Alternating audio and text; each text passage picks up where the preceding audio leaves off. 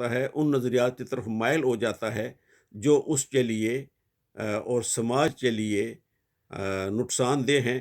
Drama نگار کا کام ہے کہ وہ اپنی تمثیل کے ذریعے، اپنے ڈرامے کے ذریعے انسانوں کو اس قسم کے عقائد، نظریات اور تصورات سے منہ موڑنے کی طرف مائل کرے، اور انہیں بتائے کہ زندگی میں زندہ رہنے کے لیے ایک اچھے انداز میں زندگی بسر کرنے کے لیے، ایک باعزت انداز میں زندہ رہنے کے لیے ہمیں بطور انسان کیسا انسان بننا چاہیے، جس سے ڈرامہ نگار کی ذمہ داریاں بڑھ جاتی ہیں۔ لیکن یہ ذمہ داریاں جتنی بھی شدید ہوں، یہ ذمہ داریاں جتنی بھی بھاری ہوں، بہرحال انہیں سر انجام دینا ضروری ہے۔ آپ سب کا بہت شکریہ۔